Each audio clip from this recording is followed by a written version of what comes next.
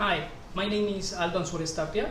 I'm a consulting scholar for the Penn Cultural Heritage Center at the University of Pennsylvania, and also the author of the article called Cultures of Accountability in Indigenous Early Childhood Education in Mexico. This piece is part of my dissertation research, which took me 21 months of ethnographic data, or ethnographic research, in the period of 4 to 5 years. Especially with this article, I want to depict the experiences that Elisa, who's a teacher that I follow throughout a whole school year, how she navigated the educational system in terms of learning outcomes and bureaucracy in the educational system in Mexico. Elisa, she's a indigenous preschool teacher who works in a multi-grade school. She's the only teacher at the school that I describe here, which is called Palalna.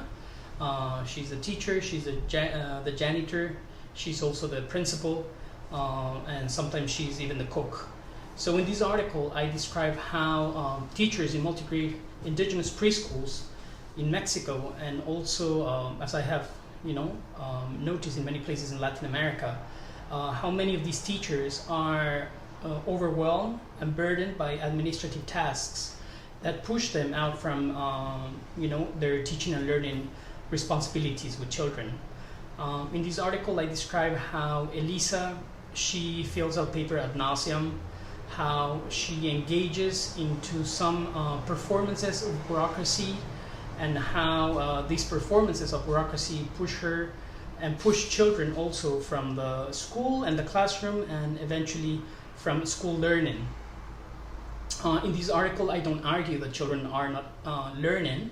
They're actually, because of being so much out of the classroom, they're learning other things. However, Elisa doesn't teach the curriculum as it is mandated by the state. And still, she's assessed by results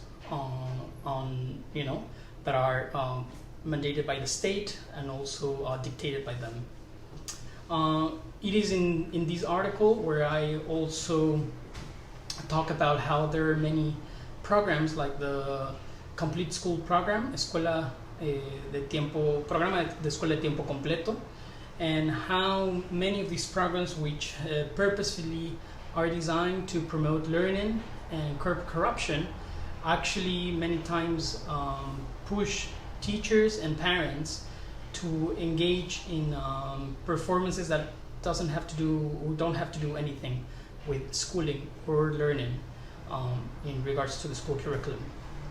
Some of the aspects that I'm very interested in with my research, and also that I'm trying to depict in this article, is how indigenous preschools, which have the responsibility of revitalizing indigenous languages, in this case Yucatec Maya, many times because of these bureaucratic burden, they cannot revitalize a language, and there are actually places that work as language shifters.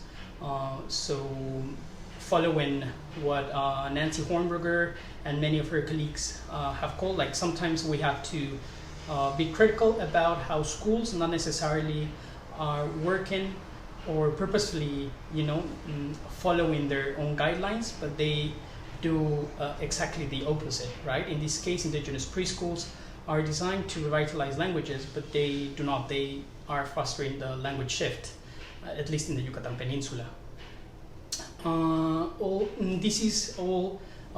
these different examples, which you can read more about in the article, they are framed in what I call a culture of, or the turn from a culture of learning and teaching accountability to a culture of bureaucratic accountability, where teachers such as Elisa, are more, if not worried, they know that they need to engage and really perform well in this bureaucratic accountability, because if they do not do that, their schools can be closed, or they can receive less money in order to buy learning materials. So they engage in this bureaucracy in order to foster learning. However, learning barely happens in terms of, and again, I'm talking in terms of school learning. Well, I hope this is a summary of the article and an introduction to it. I hope it sparkles some ideas and thoughts, and you can see my contact at the end of it. Hope you enjoyed, and looking forward to read and receive any comments.